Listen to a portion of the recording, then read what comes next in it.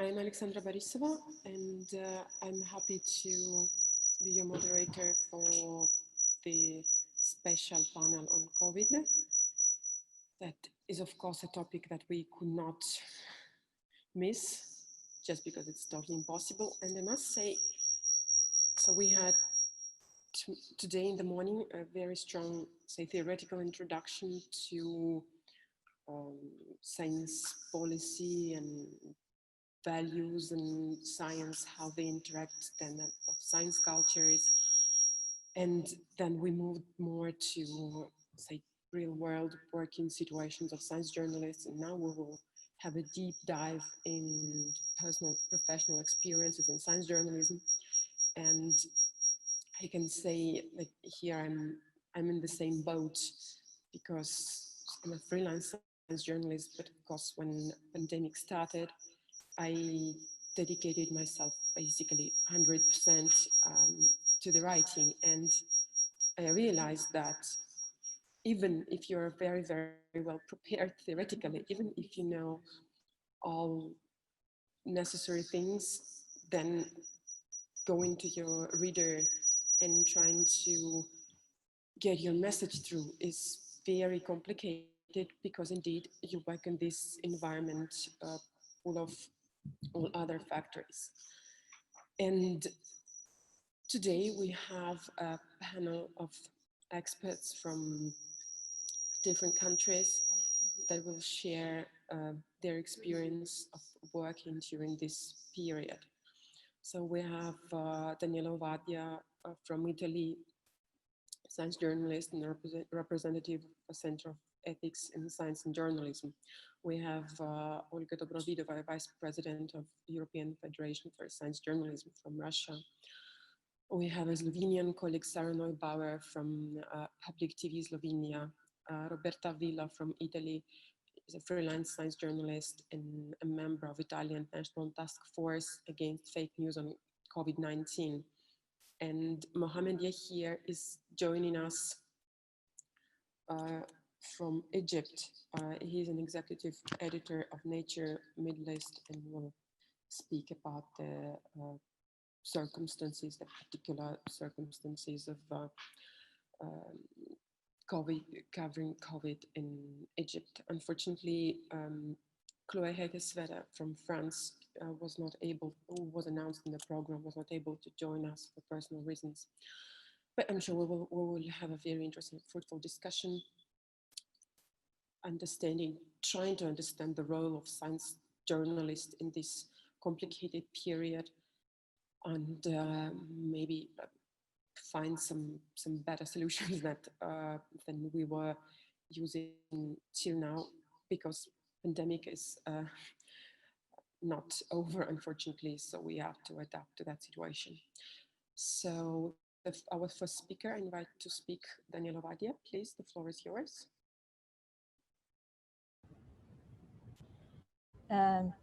Thank you very much, Sasha.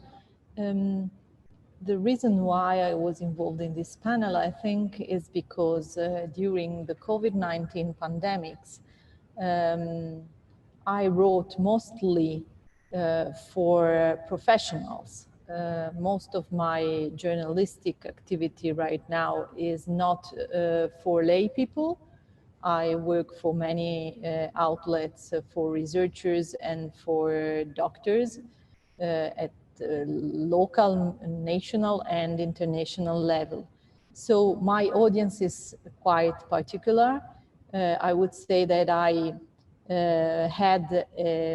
felt I had a huge responsibility, maybe a responsibility that I wasn't expected to have as a journalist. I have a training as a medical doctor, but I'm not a doctor. I'm not treating patients. And during the COVID-19 pandemics, what happened is that I immediately understood that physicians, doctors, clinicians were relying on my articles, on the information I gave them to understand what was going on. What was lacking, as you know, Italy was one of the first countries to experience a huge outbreak these pandemics. We had a lot of casualties. We faced a very threatening situation, especially in the city where I live, in Milan, in the northern Italy, and in a nearby city called Bergamo that everybody knows now all over the world, unfortunately. We were the first one after China to deal with, let's say, technical issues. Which kind of treatment should we give to those patients? Which kind of prevention measures are effective?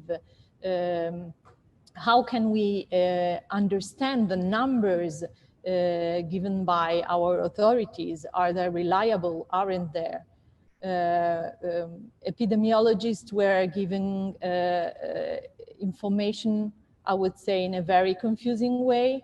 As you know, all over the world, but especially in Italy, we experienced, let's say, a total lack of mediation between the experts and the lay public. And I would say that also professionals were, at the beginning of the crisis at least, were considered the lay public, and they considered themselves lay public.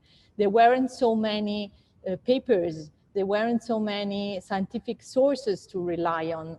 And even the one that went out during the first stage of the pandemics, you know, were published in a hurry and weren't really evaluated with, let's say, strict criteria we are used to. As a science journalist, I felt I was really overwhelmed. So I started writing on my experience as a science journalist on social media. It was for me like a sort of personal diary on what was going on, daily, on my daily experience, what I was experiencing both on the professional and personal side. What was really,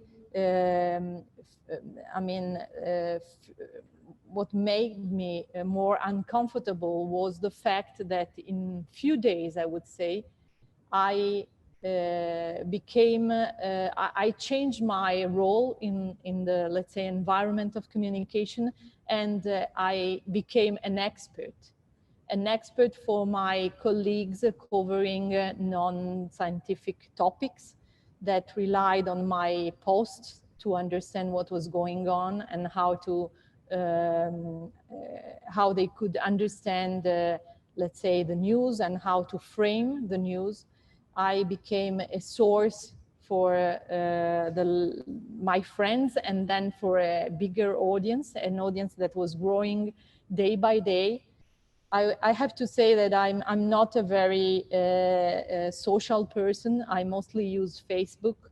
I don't use Instagram. I tweet only occasionally. And my Facebook page was, until the pandemic, a very personal one. And then I realized I had to open it. So actually it's changed completely its role. It's a sort of newspaper that I'm publishing. I'm trying to keep some, let's say, personal side in the kind of posts I share, but I have to say that my posts are now mainly open. I try to write both in Italian and English when I can, because I gain a larger audience. I gain an audience out of Italy, especially because we had some information to share with the other countries. And I also experienced the weird,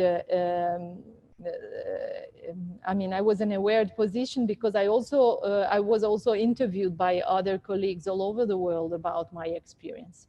So my main concern during the COVID pandemics was, am I entitled to be an expert? I am certainly more expert than other ones. And the reason why is because I am a science journalist. So I can understand the, let's say, scientific side of the news, but I also have a broader view on what's going on. I have time to read all the literature that is going out on this topic, which is, let's say, an important task that doctors don't have time to do. So they rely more and more on us to understand what is really important for them to know. And this also is a huge responsibility. I personally made a lot of mistakes, as everybody. At the beginning of my coverage, I supported some strategies that then were, let's say, discarded, or that studies actually demonstrated not effective. And I supported them with the eye of the science journalist, with I always try to explain that we couldn't rely 100% on what was going on the papers that were published, on the data we had. Nonetheless, it was a challenging experience, and I think that as a community we should think about the role of journalists that are like us, like some of us, that are more and more specialized.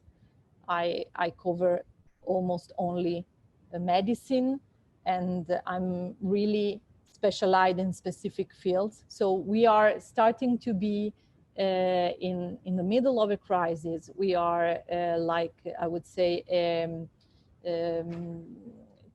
perceived as a source for a larger audience than expected. So I think we have to discuss about this as a community. Is this our duty? Do we have the right to do it? What is our social responsibility when we do it? So this is my experience. I mean, I really felt, to go back to the title of our panel, I really felt that I was covering a gap. I was filling a gap in the communication environment, and then that should have been covered by public institutions. Our Ministry of Health was, I would say, at its best, it was late and ineffective in communicating the important changes, the daily changes in the knowledge about these pandemics, and also in helping doctors in selecting the sources. I was part of a Facebook page that gathered around 100,000 Italian doctors, and I was admitted as a science journalist, but also other Italian journalists were part of this group. Roberta Villa was part of this group too, and they often refer to us to ask how to interpret papers and studies. So this is the general experience we had here in Italy. I think this is quite common in other countries too, but I think it's something we should share and discuss together. Thank you very much, Daniela. I cannot agree more. I was in Russia in a very similar situation when general interest journalists asked me for a comment, and I was like, what do I do? I'm not supposed to, I'm not entitled to. But then they were telling like, no, please, you explain it properly. So I thought, if I'm not doing that, is it gonna improve the situation? So I was doing that, but I would really love to hear more feedback on that, because I'm not convinced. Now we pass to Roberta Villa, that is a freelance science journalist and a very much social media influencer, if I can say it this way. Will tell about her experience, both communicating about the pandemic and being a part of national task force. Please, Roberta, the floor is yours.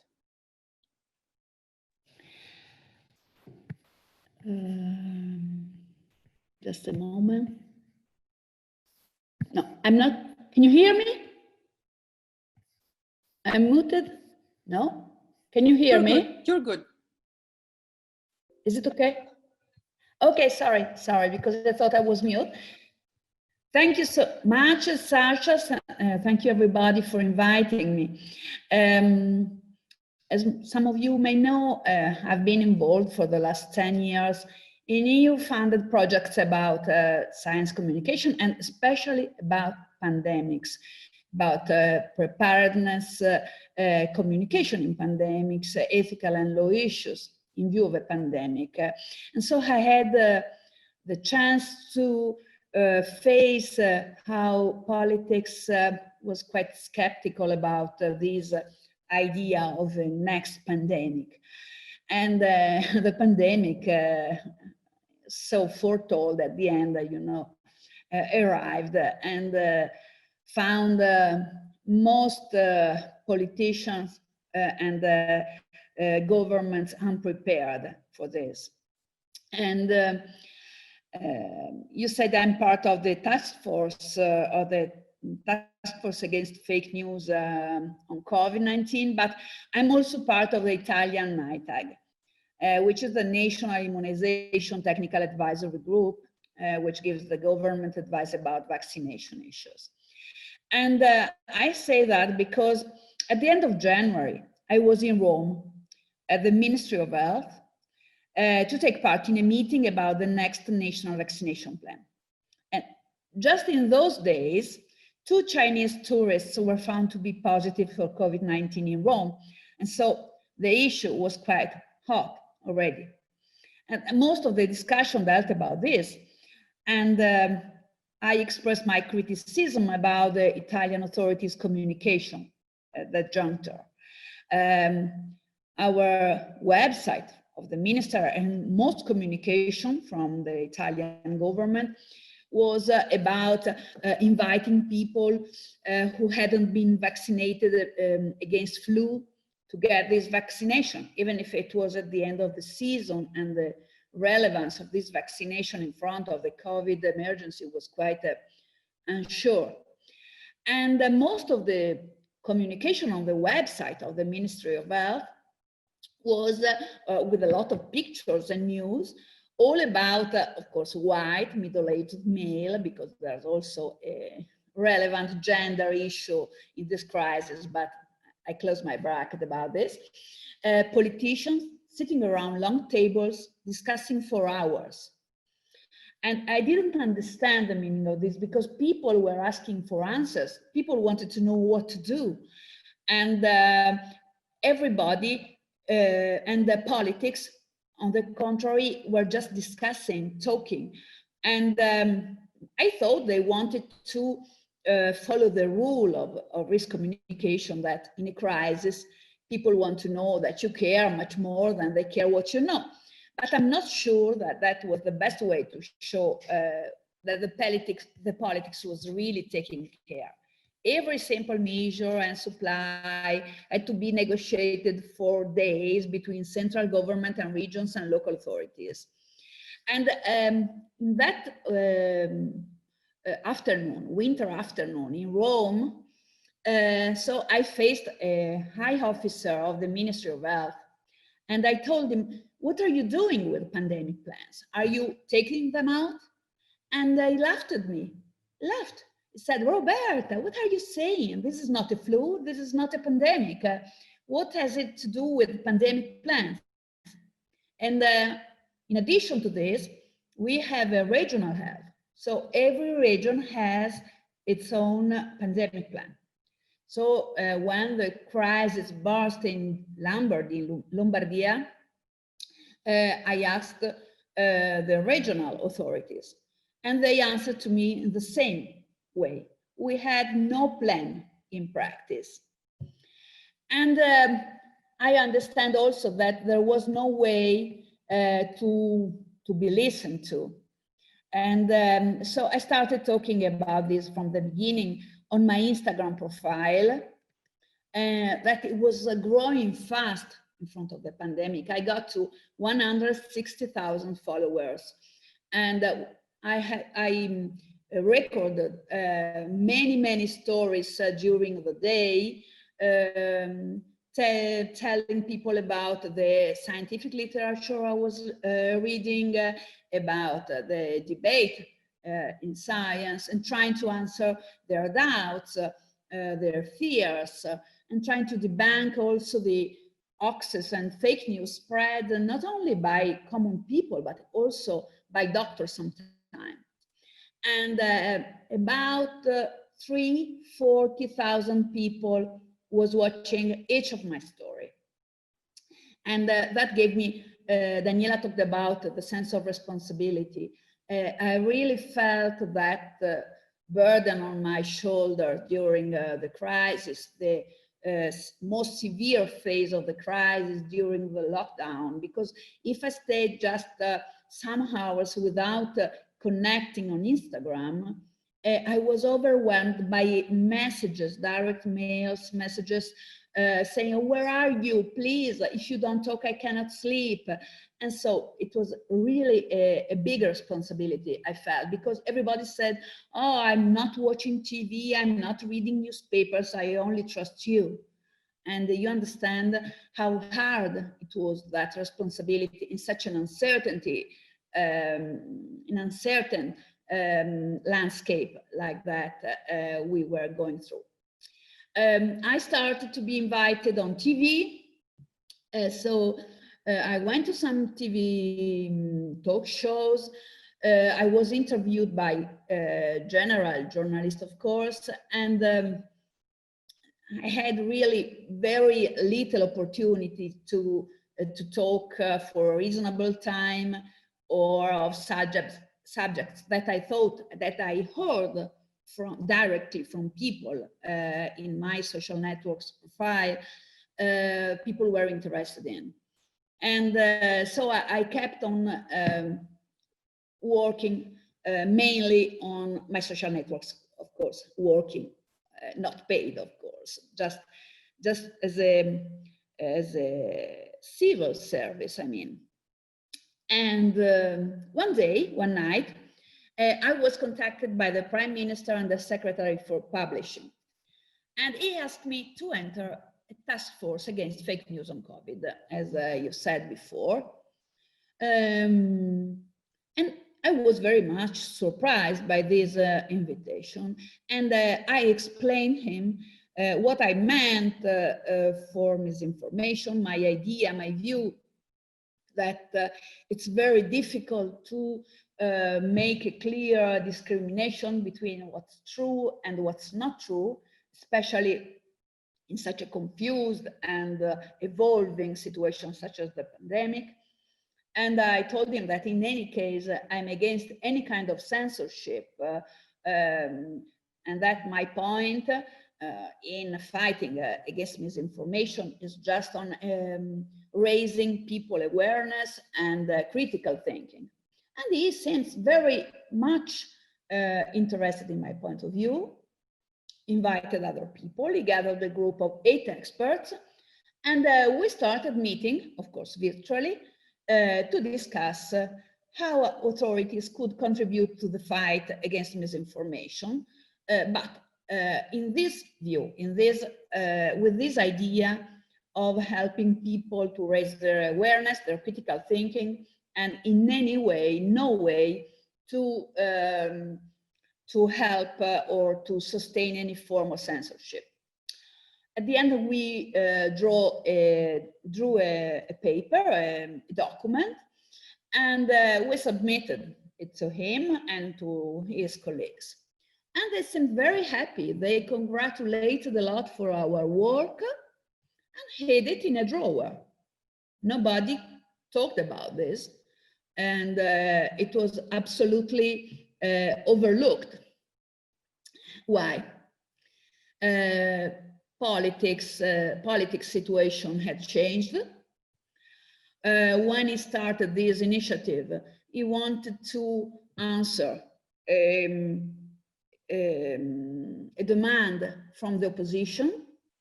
And at this moment, when we finished our work, just a few weeks later, it was not the case to talk about this again. It wasn't appropriate for the interest of the government to talk about this issue again. And you can imagine my frustration. This opened my eyes. I'm not a populist. I don't like saying that politicians only care about power. I understand that a weak government like ours now in Italy needs support in such a crisis, especially in such a crisis. But really, I had also other hints that very often the only push to do things, to initiatives, is just a matter of alliances or fight or votes and things like this. I want to close with a science story just happened yesterday. A group of Italian doctors from 7 intensive care units published a paper on Lancet Respiratory Medicine, describing 300 patients with severe disease and confirming the role that anybody who has followed the pandemic in these months has known, that is that the role of blood clotting in the most severe cases. And it was published on Lancet Respiratory Medicine. And the press release issued by Sant'Orsola Hospital in Bologna claimed that they had discovered the mechanism of severe COVID. And another press release by the Ministry of Health hyped even more this news, saying that this study allowed doctors to cut the fatality rate, in this case, by 50%. But if you read the paper, there's nothing of this, nothing. But journalists, as usual in our country, just copied and pasted the text, congratulating Italian scientists and spreading hope we can treat the disease. So no matter, we need optimism because economy needs this. And what's sad is that the president of the technical task force, the technical committee, science technical committee, advising the government, was a very relevant and important and with no doubt very good scientist in pediatric oncology, Professor Locatelli, signed this paper that has nothing to do with his competence and job. But maybe, I'm afraid that his role was useful to promote this study for political reason, for, visibility, for whatever you want, but nothing that has to do with a good science communication. And I had no other way to debunk these hoax but my social media profile. I had been working for Corriere della Sera for more than 20 years. But now Italian mainstream media have a clear political agenda, every Italian mainstream media. We don't have The Guardian, Le Monde, or the New York Times. I always follow Sarah Bosley, that I've known in Perugia some years ago, on The Guardian. And I read, for example, how she advised against too fast approval of vaccines, or about the risks of such fast approvals of vaccines. Well, we cannot say that here. We cannot write this here without being accused of defeatism or even to be against science. You can be accused to be an anti-vaxxer if you say anything about this or like this. So we are in this situation, and social media are really a good way for us to talk to people and to make good journalism. It's not paid, and this is an issue that we should talk about, but it's the only way to be what I think we have to be. I think you remember a Nature editorial of some years ago that I want to share with you now.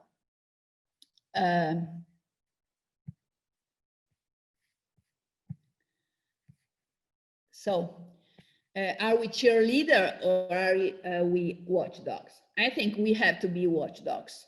We don't have to be cheerleaders, neither for politicians, neither for scientists that often think we should be just cheerleaders for their research or just translators of their research in simple language for common people.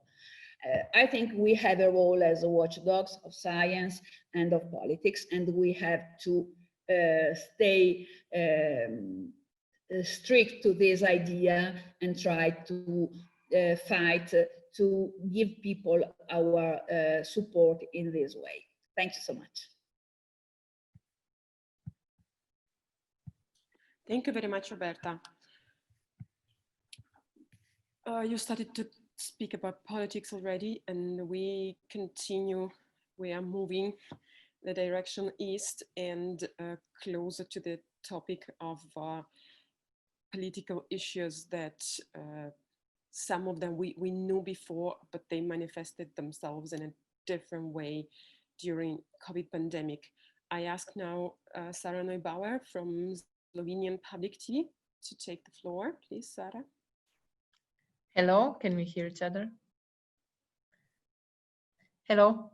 So we hear you very well. Okay. So I'm a journalist of Slovenian public television. I work for the daily news program, and I usually cover science and environment, but also everything else, also politics, economy, and in this last month, also a lot of the news is connected to the epidemic. So Slovenia is a country east from Italy. So other countries around us are Croatia, Hungary, and Austria. It's a small country of 2 million people. And what happened in Slovenia was that in March, practically on the same day as the epidemic started, when the lockdown started, we got a new government. So we got a change of government from the so now we have a right-wing or extreme right-wing party leading the government. And so there was no election, but before we had election in 2018, and a coalition of 6 different left-wing and central parties was formed. And then in January this year, the prime minister, so the ex-prime minister, resigned because this coalition couldn't work because it was too many parties. And it was, so he resigned in hope of new election, but new election didn't happen. But some of the, so 2 of the parties that were in the previous government made a coalition with this extreme right party of Mr. Janez Janša, who is now the prime minister. So we got a new government practically on the same day as the epidemic, and that's why things that are going on are maybe even more clear that that they would be in normal times. So who is this guy? So our prime minister, this is the newspaper, the today's newspaper. Just yesterday, he had a meeting in Slovenia, in Bled, with Mr. Orban, so he is the Hungarian prime minister, Mr. Vučić, so the Serbian president, and these guys are so the Polish and Czech prime minister and the Croatian one. So a group of friends of democracy, let's say. So what was going on since March is that there was a big pressure to all the institutions, to media, to the NGOs, and so on. So if I start with the institutions, the government changed the leaders of many institutions. I know that all governments do that, but it's a problem if they do it like this, so that they change the professionals with the, just the party soldiers. They also changed the leadership of the National Health Institute in the beginning of the epidemic. That are things that can be dangerous. Also, they changed the leader of the Statistical Institute, which is also another suspicious thing. And they changed, of course, the head chief of the police. And so also some other guys in the police, like the criminal investigators, the head of the investigation office, so it's like Slovenian FBI, and probably their goal was to stop some investigations that were going on about how Mr. Orban, so the Hungarian prime minister, is financing SDS party, so this Mr. Janša's party, and some media that is also connected to the party. So, so the next target of this government is, of course, the media.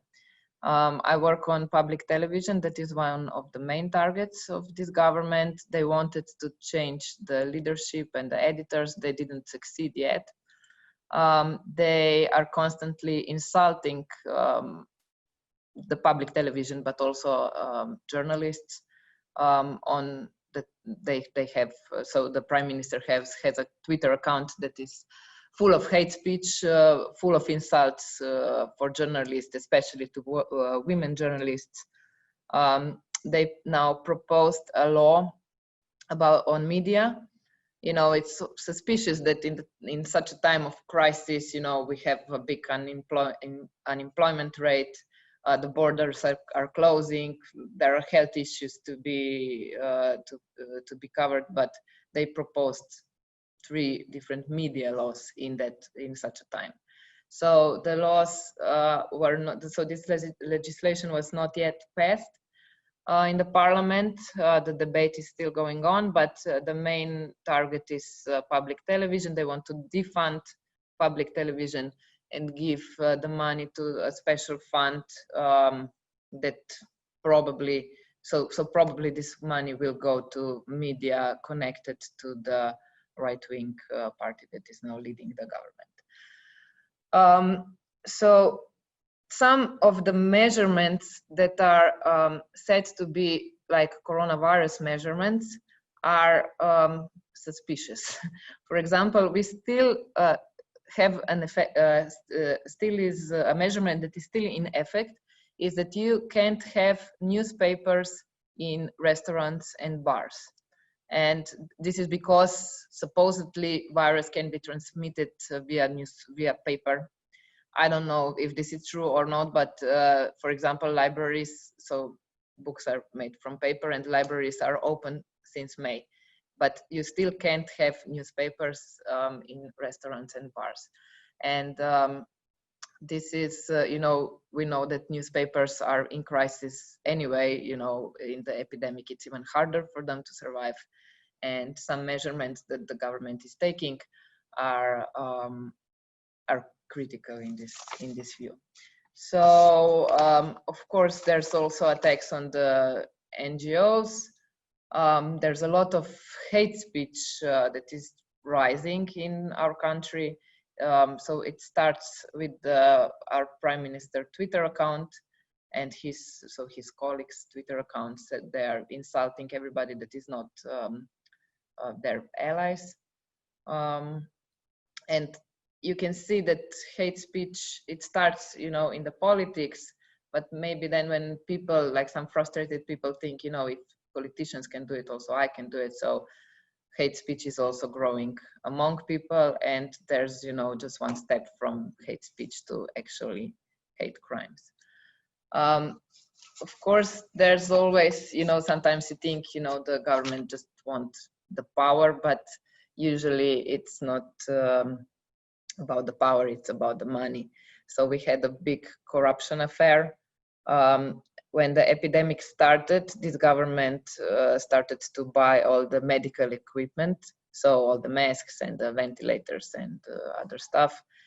And later it was discovered that millions and millions of euros were spent for provisions because they didn't buy this equipment directly from the source, so from the companies that were making the ventilators, for example, but they gave money to some Slovenian companies that then bought the ventilators from the source. So there was a lot of provision, a lot of money was divided like that to companies and to people who are close to the political party that is now leading the government. So no one would know about this corruption if there wasn't for a whistleblower, a guy who was working in the state institution that was in charge of this buying of the medical equipment. He came to the national TV in the end of April, and he revealed what was going on. So he revealed all the pressure from the politicians to buy a certain type of medical equipment from certain companies. Later on, it became clear that these ventilators are not even the right one for COVID. They're not working. They're still in the basements of the hospitals now. And in the beginning, it was like 200 million euros spent for this equipment, which is much more than for example, in Austria or in Croatia. And for example, in Austria has like 4 times more people than Slovenia, and they spend 4 times less money than Slovenia for this medical equipment. So what I wanted to say is you have to be careful in these times that you separate what are the measurements that are taken because of the epidemic and what are the measurements that can be long-term and are decreasing the level of democratic standards. Now we will show you a video about what was going on since May. So after this revelation of the corruption, people went to streets, people went to protests in Slovenia, and they are still protesting now. So now we will show you this video.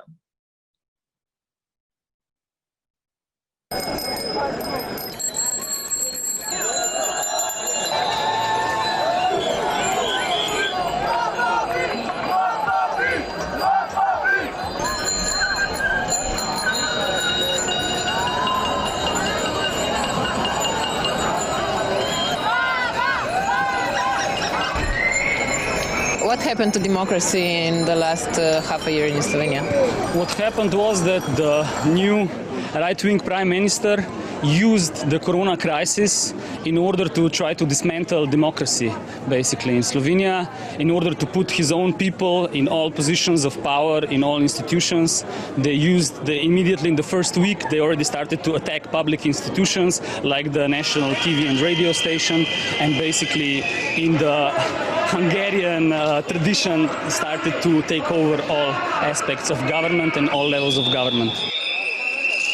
It's a diminishing of democratic procedures. It's a growth of hate language.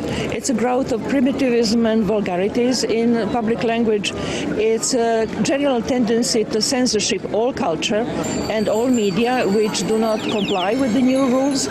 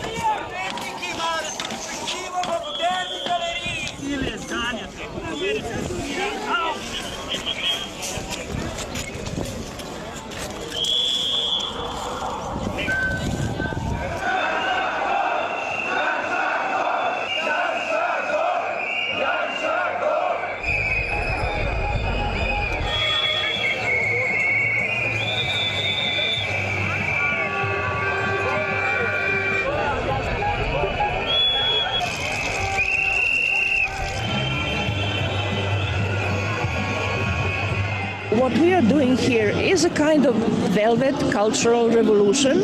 We are trying to point out what are the weak points of the government and to try to chase them away, because we can't live with this. It's too dangerous.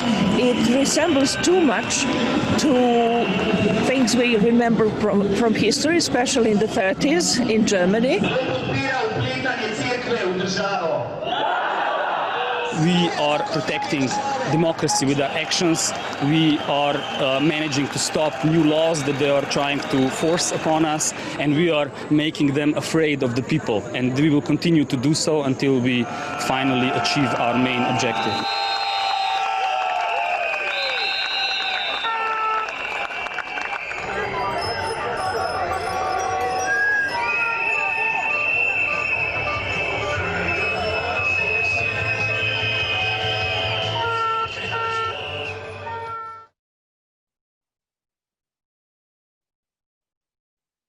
Yeah, so maybe just to conclude, I wanted to say that you know, in each country, people have to like locally take things in their hands. No one will take care of us. You know, we know what happened in Hungary with the media, with the institutions. Like European Union didn't intervene. Everybody thought they will, they didn't. So they have now. Like they have like almost no independent media. Certainly they don't have a public television. They just have like the governmental television. And in these times, we have to be especially careful about the level of the democracy. I lived in a country that I thought, you know, we had a normal level of democracy. You couldn't think something like that could happen in such a short time. Actually, the timing is the speed of the change is the thing that is really scary. So I think similar things can be or are happening in other countries also. You know, all the governments want the power, and you know, the coronavirus is like a dream to them in this way. But in Slovenia, things are even more clear because of this change that happened at the same time. So that's all for now. Thank you very much, Sarah, for your talk and for the very impressive video. Now we go further east into the, say, more complicated political situations, and I invite Olga Dobrovidova from Russia, who is connected from Moscow, to give a general overview how the coronavirus situation was for us science journalists in Russia. Please, Olga, the floor is yours. Thank you, Sasha. It's an honor to be speaking here today. As a Russian, I am legally obliged to use a photo of the president in every presentation, so I'm going to use this one. I'm proud to present the Russian perspective on dealing with uncertainties in politics around COVID-19.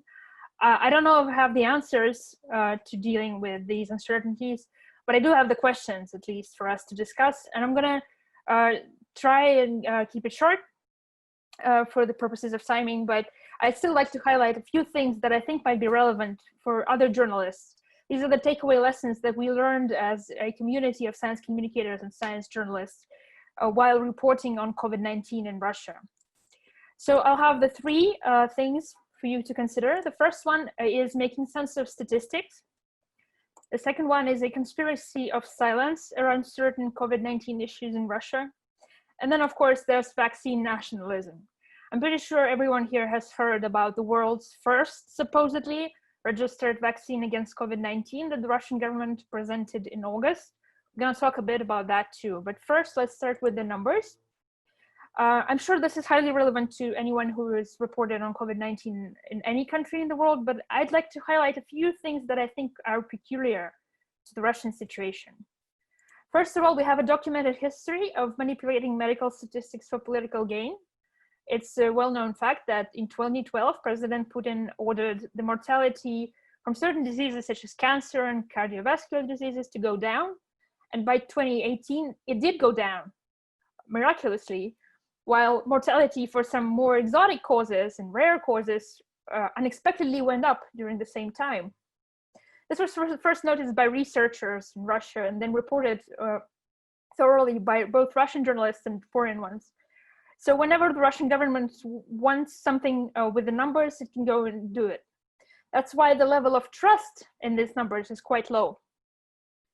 Yet they're immensely important for what I call apparatchik purposes. These are junior and mid-level officials who have to report to their superiors about the situation in the regions with caseloads and mortality. They have to do it not because of some sense of duty or responsibility to the people, but to keep their seats. That's why they're interested in cooking this statistic to make it look nice and tidy, as I would say. That is how you get this chain of poison statistics where you can't really trust the national numbers because they're comprised of regional ones, which are doctored. You get the garbage in, garbage out situation. That's why nobody trusts, hardly anybody at least, trusts the national numbers on COVID in Russia. There have been widespread statistical anomalies, including in the death count. You might have heard that somehow mortality from COVID-19 in Russia is a bit lower than it is in other countries. There might be a number of reasons for this, but I think one of the most plausible ones is that a lot of deaths get attributed to other causes whenever possible, not to ruin the statistics for these apparatchiks. There have been attempts at independent verification of the data, but they have largely gone unnoticed, with a few exceptions where protests actually broke out in some of the southern regions of Russia, where people were so depressed by the situation, by the horrid and really dire conditions that they ended up in. So they protested against this doctoring of statistics and got the real data out. And then, of course, July 1st happened when Russia voted on the changes in the constitution. Right before that, Moscow lowered the restrictions, the quarantine restrictions, and somehow, again, both the caseload and mortality went down right after that, just like the doctor ordered. So with this, I think what's happening now with COVID-19 in Russia is anyone's guess. Nobody's really sure of the statistics. And my first question then is, how do you report on something no one trusts, if that is the official statistics coming from the government? I think Daniela said that the Ministry of Health in Italy was at most late and ineffective in its response. I would say that the government agencies in Russia were outright obstructive when it comes to the work of journalists covering COVID-19.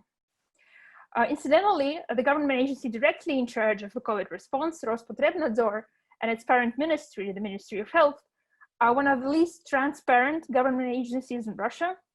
It's an open secret among journalists, especially independent ones, that if you want to get anyone from an affiliated institution, such as a research institute or a university, that is under the control of this government branch, if you want them to speak to you, you will have to get a sanction from up above, from the press services of these agencies, which are notoriously hard to talk to and to communicate with.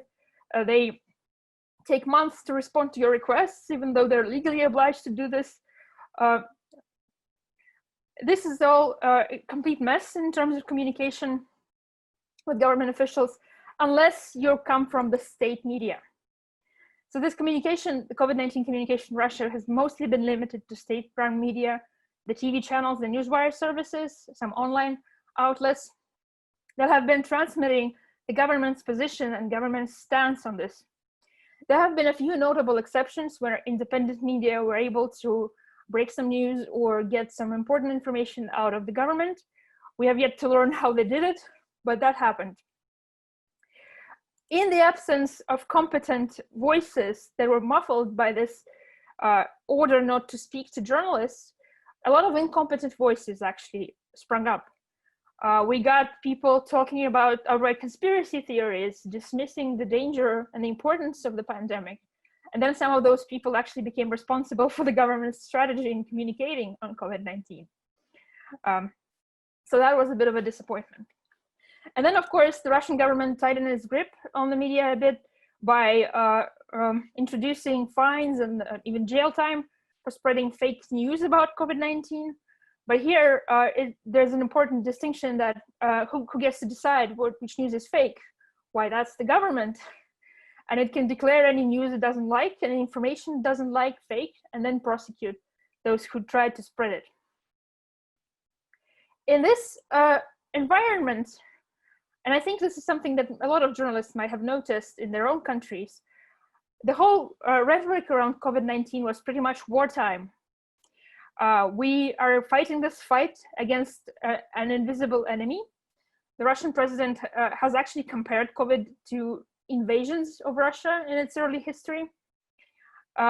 So the whole COVID vaccine operation becomes a propaganda operation in everything from using the Sputnik imagery in its promotional materials to microdosing the information on the vaccine so that you get a carefully designed and controlled view of this product. The whole process was highly opaque. There's still no published data on this vaccine. We still don't know whether it's actually safe or efficient and effective in its primary task to prevent COVID-19 infection. And then the procedural violations in getting it ready for registration were so enormous that even Big Pharma spoke up. I'm sure everyone here realizes that pharma companies are usually ones voting for as much deregulation as possible, but in this case, they actually got together and spoke out against registering this vaccine. This was frankly, and unfortunately, this was in vain. It was still registered. So now we are at the stage of testing an unproven vaccine on volunteers, and I'm using quotation marks here because they're not really volunteers, as they're employed by the Russian government. These are mostly teachers and doctors. As Russians would say, it's voluntary / obligatory for them to use this vaccine.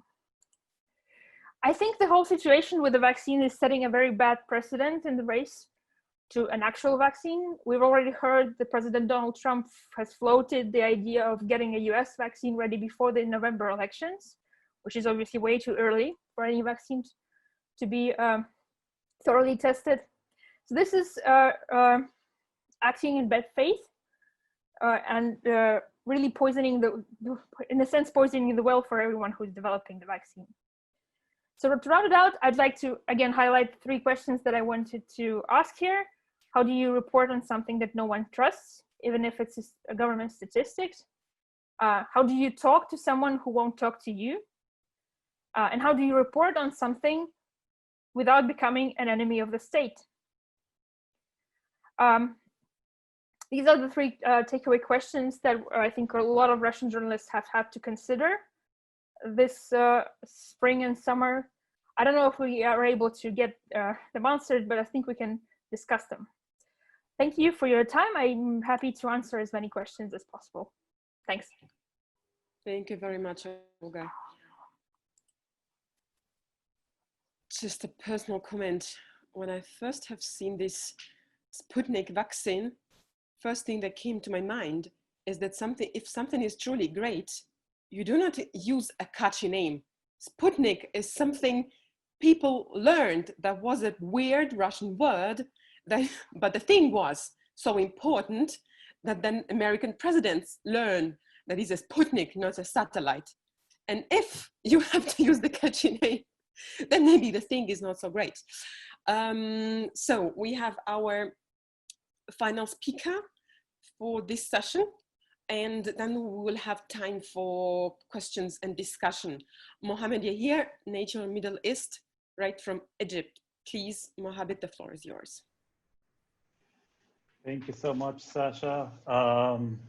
Wow, it's been amazing listening to everyone so far, and very similar experiences to what I've gone through. I think the most familiar one to me, and I think to many of the journalists in Egypt, has been Olga's story from Russia. As normal, I think there's often other parallels between Egypt and Russia. Well, I'll just I'll add very little to the discussion because I mean we've heard some amazing discussions already, but I'll just share some very quick slides. If you can see my screen now, yes, I think you can. Brilliant. So I'll speak a little bit about the experience that we as science journalists have had here in Egypt. And I guess the first problem most of my colleagues and I faced here was how utterly unprepared we were for what to come. So we've always knew that this pandemic will come. It was only a matter of when, not if, but still very little has been done either by journalists or governments or anyone really. I mean, the truth is we have not been preparing for this. So we kind of ended up in this situation where we're trying to build the plane while we're flying it. So someone's trying to attach the wings while someone is trying to get the glasses back on, etc. And a lot of us just had no idea how to deal with this. But that was pretty much the situation, I'd say, earlier this year. I would expect that by now things would be slightly different because we've had time to build up our experience. But the problem is that we as science journalists, and I'll speak about my experience here, but I think it probably extends to many other people in many different regions, have been bombarded by this confusion that we're trying to make sense of in real time. And that's been the trickiest part. For a lot of us, and I'll borrow something that my colleague Laura from Scientific American says, she said that for science journalists, it seems that we've been training all our lives for this moment. We have taken this, I take this very responsibly. This is something huge. This is something that affects lives in ways I don't think I've ever been involved in before. So making sense of this confusion has been a challenge, and it's been really important. But this, a few things have compounded this problem. I'll very quickly go through some of them, and maybe I'll start with this very sharp rise in preprints that has happened. And the problem is that I don't think a lot of science journalists in many different parts of the world were prepared to deal with preprints. They didn't know how to deal with research that has not been peer reviewed.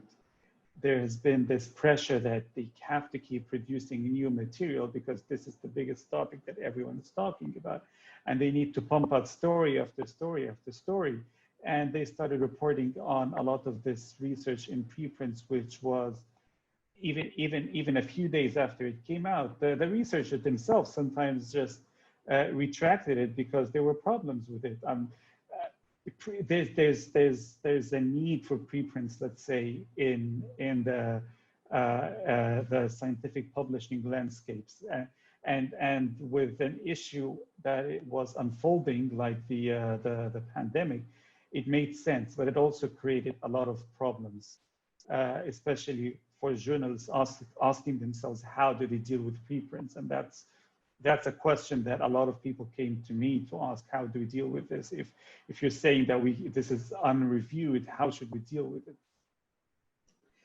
Then there was that challenge of weeding out the good from the bad, because a lot of the information that was coming in, it was absolutely disastrous. A lot of journalists would go talk to scientists or people they would perceive as scientists, and they would say the most irresponsible things. And I say irresponsible because, again, I keep stressing that this is such a huge issue. I've talked to several scientists who say that they are so scared every time someone asks them about something because they know how monumental what they say is going to be. But on the other hand, there were many who just did not care at all, and they just say the strangest things. I've talked to people who'd say that the best thing that healthcare workers can do is spray disinfectants into their noses before they go out to meet patients, and this was the advice he was saying that healthcare workers should take, and that this would completely protect them from the virus. So there was this problem of lack of information from scientists. And then the part that I think I can relate most to from what Olga said was the lack of proper and accurate information that the media can use when we're looking at statistics. And there were numbers coming out from the health ministry, but you could, I mean, you looked at them and you know that these can never be accurate. It doesn't make any sense. We have a country of 100 million people that will be very off. There's something wrong, and it's so hard to depend on that. And you're expected to talk about in a minute. Then I think the last problem that a lot of science journalists faced was how all of a sudden, well, not all of a sudden, I mean, this was kind of expected, but the virus, it evolved into a political story, and it became this political tool to fight over. It became a question of how well is the government performing, and how, and do you support the government, or are you against the government if you say that the government is not doing a very good job? And science journalists were just stuck in the middle of everything that's happening, of all this noise. They're trying to make sense of it and distill it into something that is actually true, accurate, and useful to readers and audiences. And it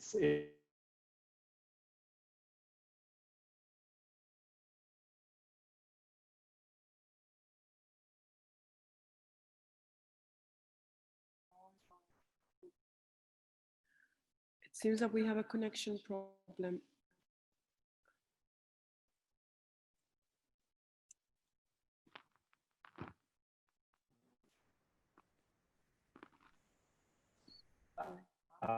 Mohammed? I'm sorry, I think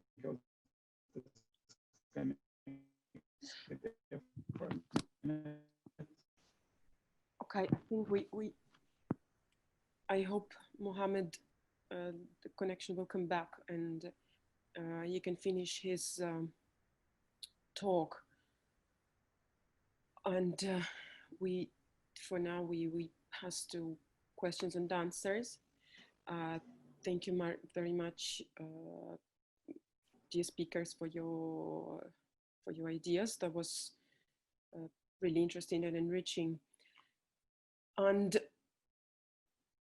I would first answer. I would ask myself if you thought on a thing and a border between journalism and activism, because it's clearly difficult to keep neutral, and we know that the balance issue in science journalism is quite different from the balance. Okay, Mohammed, are you say something, please?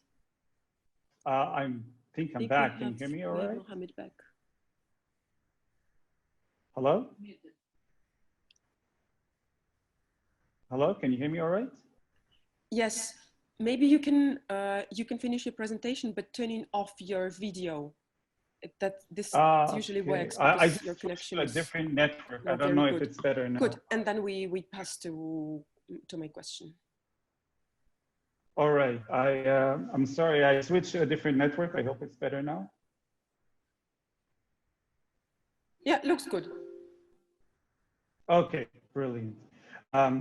So yes, what I was saying is it got to a point where you could only report on the official numbers, and not reporting on the official numbers was clearly stated as that it would be regarded as false news, and that became the line that the government used, and you could get into trouble for reporting on something different from the numbers that the ministry was saying. So we ended up in a situation where we had TV reporters speaking about empty hospitals and so many empty beds and ample PPE available for healthcare workers. But then on the other hand, you had healthcare workers on social media talking about extremely terrible conditions, how PPE was not available, how they were making difficult decisions because beds were full, they did not have enough space for people. And you had to ask yourself, how do you deal with this? You could get into very serious trouble. I know a couple of journalists who have been arrested for reporting on issues related to the healthcare workers after they talked to them because it was different from the official line. And the truth is, it started to seep out. Egypt actually had one of the highest death rates among healthcare workers in the world, if not the highest. And all the time there were threats for probing into that story. There were always threats.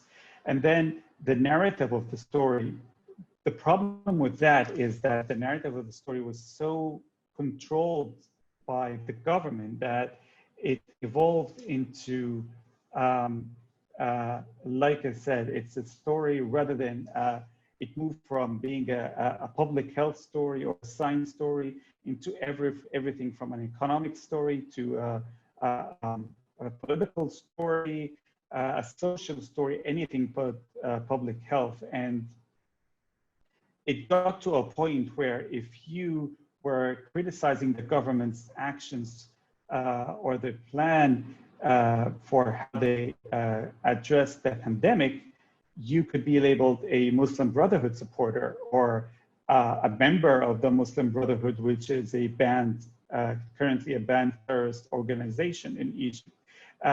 You could be, if you're a journalist, you could be arrested for reporting on false news.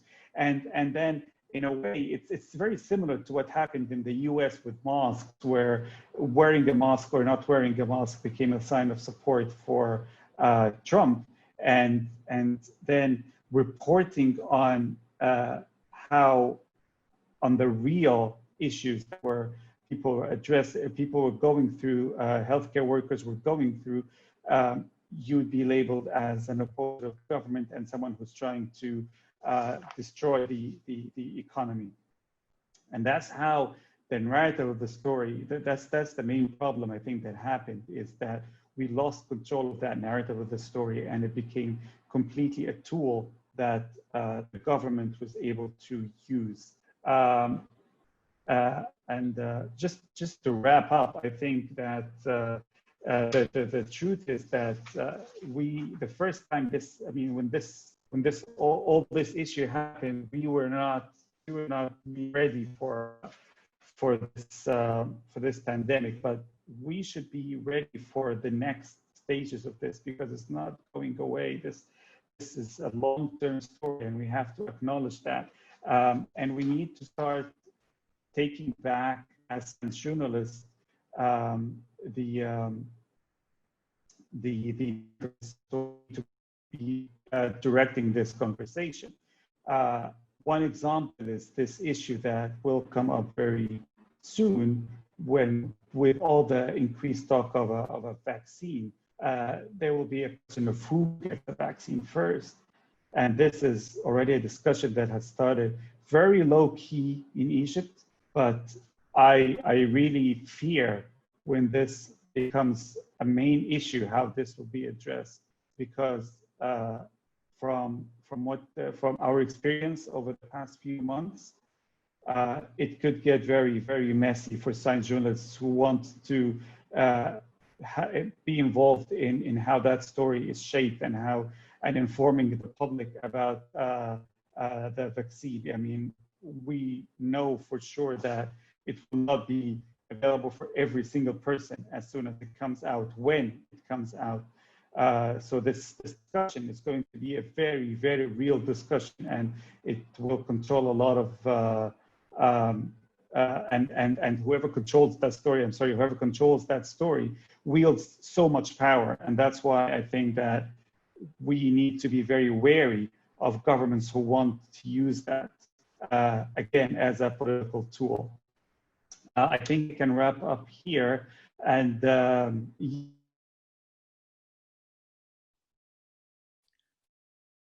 thank you very much, Mohammed.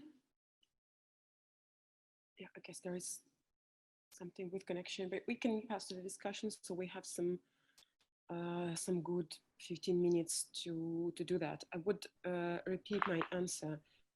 How do you find a balance between journalism and activism? Whoever feels like answering.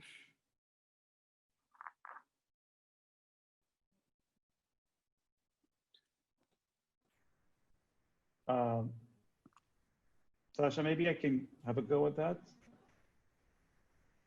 I can start answering a little bit, or Mohammed? Oh, no, please go ahead, Daniela. I'll follow after. I start. I mean,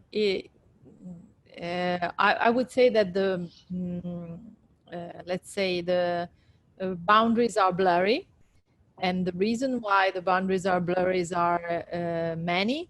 I would, one of the main issues is that if you look for a common, let's say, common trait among our stories, is that many of us had to move from, let's say, classical media to keep on doing our own work, which is to give our readers, let's say, the best information we have. And I think that this is a challenge also for the boundaries between journalism and activism. And I think that Roberta maybe has something to say about this. She often repeated in her speech that she worked a lot, and I can tell you she worked really hard. You can have a look at her Instagram profile, but she wasn't paid for this. So it wasn't, let's say, a work in a strict way. It was a, yes, of course, we all worked as civil servants, but there are limits in serving our citizens. And the limit is that we also have to do our job. It's a job to be a science journalist. It's not a mission. It's like doctors. We don't expect doctors to treat patients for free all the day long. Of course, they can do it. It's part of their, let's say, commitment, but the most of their time they are paid for the job they do, and this is actually the right way to think about their job. So I think this is a threat we have to discuss. Why is there only a political issue that we don't have any more room on classical media, on newspapers, and now for political issues also on televisions, on national television?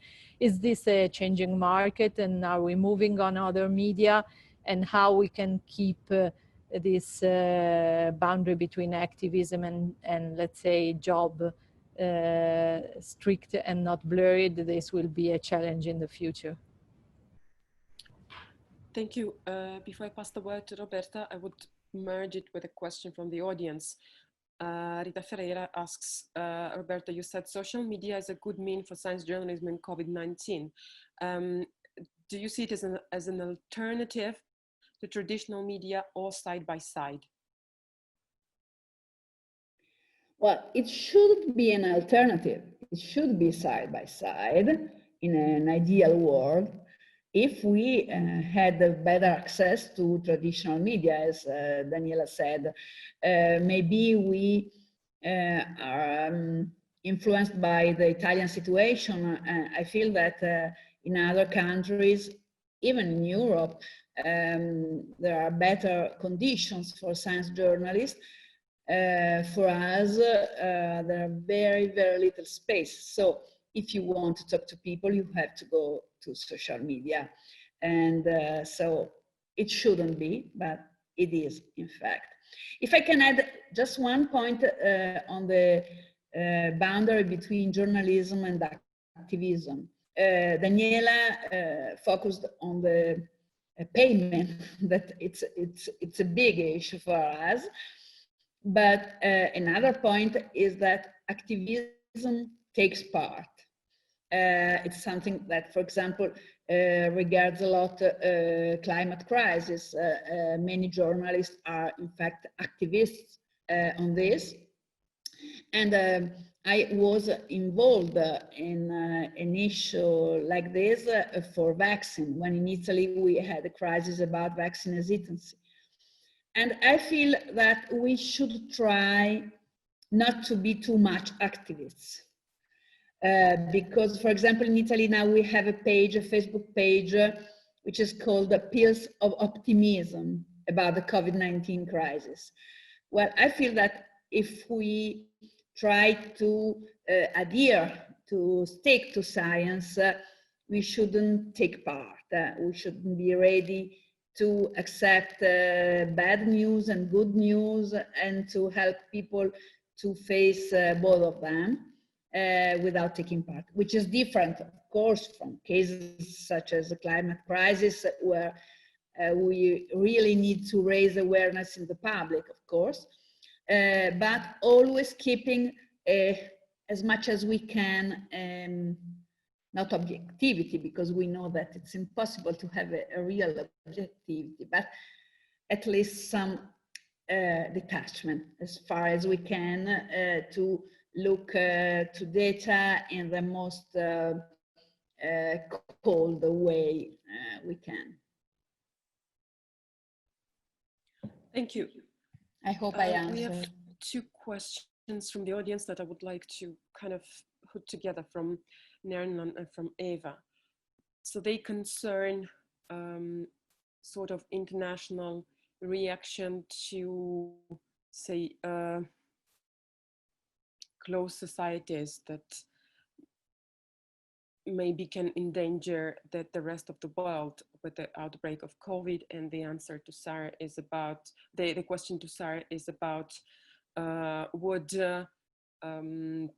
more international attention to political situation in Slovenia change anything, or because maybe it didn't get enough coverage due to pandemic? And I would like to ask Sarah to start, and then ask Olga and Mohammed, because I think it's more interesting to look from inside if people in this, say, not quite democratic societies believe that international attention can change something, or the approach should be different.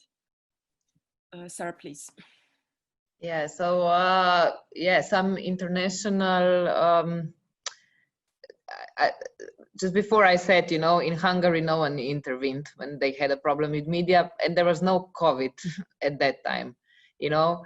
I think it's important, you know, we live in a global world. It's important to have the news of different countries all around. But at the end, help won't come from outside. I don't think there's something that there is a thing. You can't count on that. You can only count on yourself as a nation. You know, you are the one who, of course, some help is needed. But at the end, I think you have to rely on yourself as a nation. Since I see that, you know, Slovenia is still a democratic country in a broader way, but when I heard Mohammed and Olga, and when I speak to other journalists in countries that are maybe used to lower democracy than Slovenia, I see that we should somehow connect in these times, maybe even more. You know, so much information is out there. Maybe we as a science journalist community can come together and, you know, do some check the facts together. You know, if sometimes you feel really alone in the times of COVID, maybe even more, we all felt like we are alone. But you know, now we speak to each other. It's easier when you see that in other countries, science journalists have like same problems. So maybe just to answer the question on journalism and activism, I think a journalist's job is to seek the truth find the truth. And in sometimes it may look like activism, but it's actually a view from outside. I think journalistic job is all time the same, and that is to seek the truth. Thank you. Olga? Yeah, honestly, I don't think that in any international attention would do anything. We're essentially on our own here. But what I think is useful is, first of all, learn from each other's mistakes and look at this as a useful experience that can inform your actions at home. For instance, if you feel like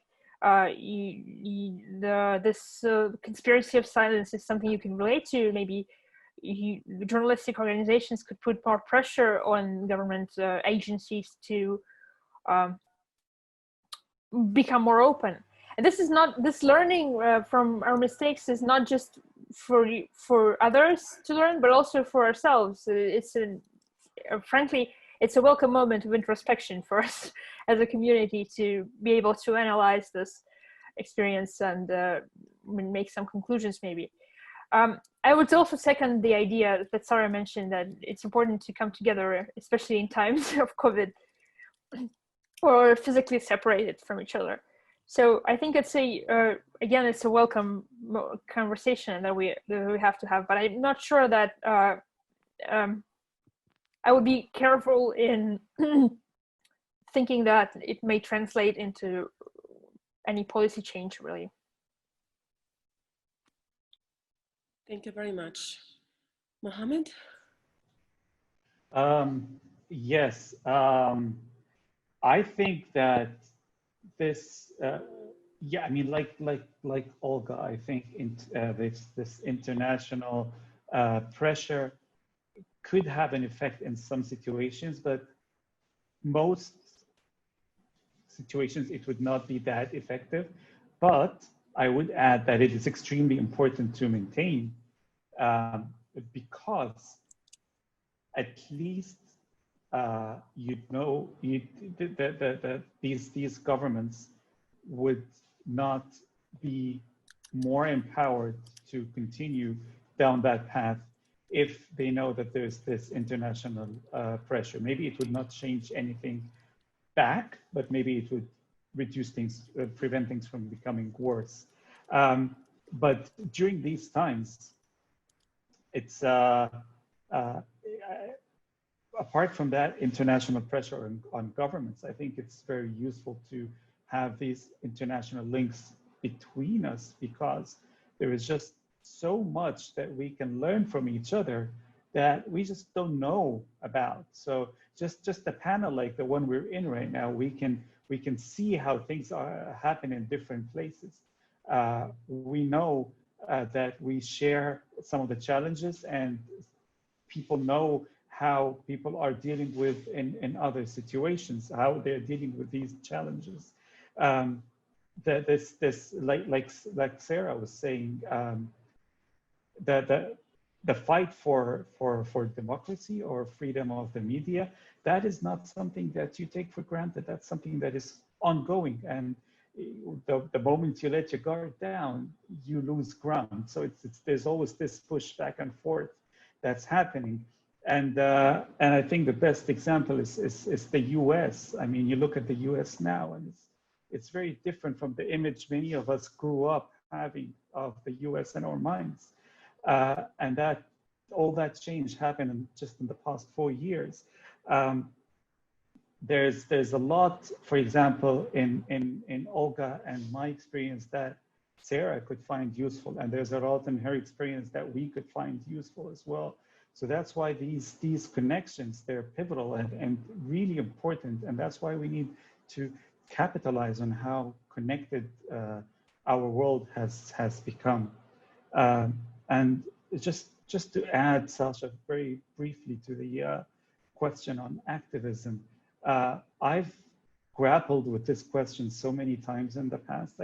I think that the first time I started to grapple with it, being a journalist or an activist, was when I was involved in the 2011 revolution in Egypt, because at that time I started as a journalist, but along the way I switched a lot into activism. And I think that the truth is, it's, I mean, we feel really passionate about these issues. And the truth is, a lot of the work we do, it does go into activism. I'm not saying that that means that it's done for free or that we're not making a living out of it, because otherwise we would not be able to provide that really important service.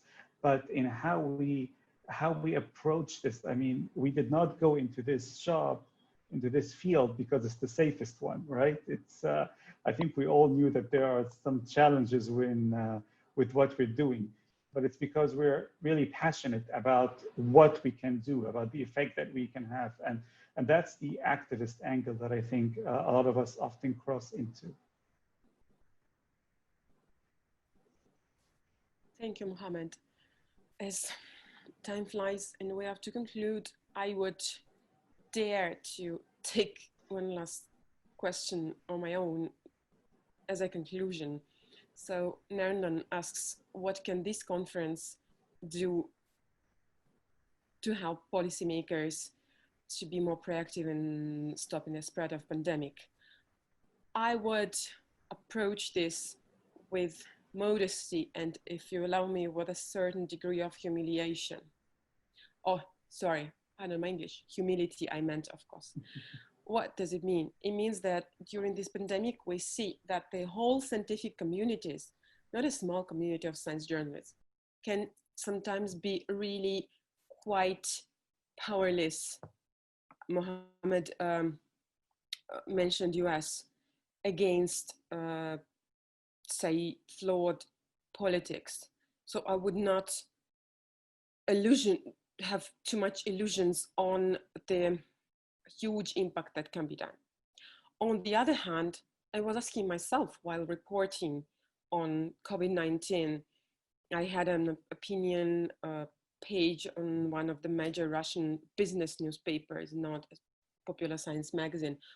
Am I changing anything by working a week, 12 hours per day on this piece to try to put it together properly, or I'm not changing anything at all? And my final answer is that you never know.